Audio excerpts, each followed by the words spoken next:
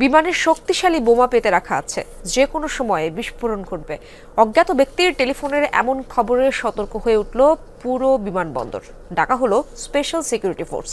চারদিক থেকে ঘিরে ফেলা হলো অবতরণ করা বিমানটিকে। কয়েক মিনিটের শ্বাসরুদ্ধকর অভিযানে যাত্রীদের উদ্ধারের পর নিষ্ক্রিয় করা হলো বোমাটি। তবে এটি সত্যিকারের কোনো ঘটনা নয়। জরুরি পরিস্থিতিতে উদ্ধার অভিযানের সক্ষমতা ঝালাই করতে শাহজালাল বিমানবন্দরে চালানো হলো বিশেষ নিরাপত্তা মহড়া। নাহিদ ইসলামের ক্যামেরায় আরো জানাচ্ছেন আব্দুল্লাহ তুহিন। ওয়ালটন টেলিভিশন মাত্র 25,490 টাকায় পাচ্ছেন গুগল টিভি।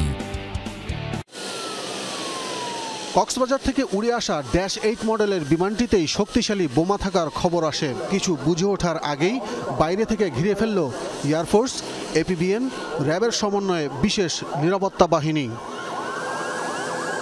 জরুরি খবরে ছুটে এলো ফায়ার সার্ভিস, প্রস্তুত অ্যাম্বুলেন্স। আহতদের দ্রুত হাসপাতালে নিতে উড়ে এলো বিমান বাহিনীর বেল হেলিকপ্টার। নিরাপদে বের করে আনা হলো আতঙ্কিত যাত্রীদের। বম ডিসপোজাল ইউনিটের নেতৃত্বে তল্লাশি চালিয়ে শনাক্তের পর ব্রিফকেসে থাকা বোমাটি উদ্ধার এবং নিষ্ক্রিয় করলেন বিশেষজ্ঞরা। হঠাৎ করে দেখে মনে হলো সত্যিকারের কোনো অভিযান, কিন্তু না।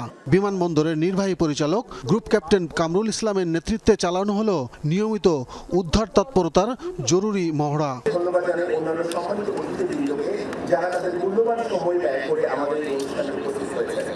2 বছর পর পর চলা মহড়াটি পর্যবেক্ষণ করেন সিভিল এভিয়েশনের চেয়ারম্যান। এই বছরে বাংলাদেশে আইকাওয়ের অডিট অনুষ্ঠিত হবে।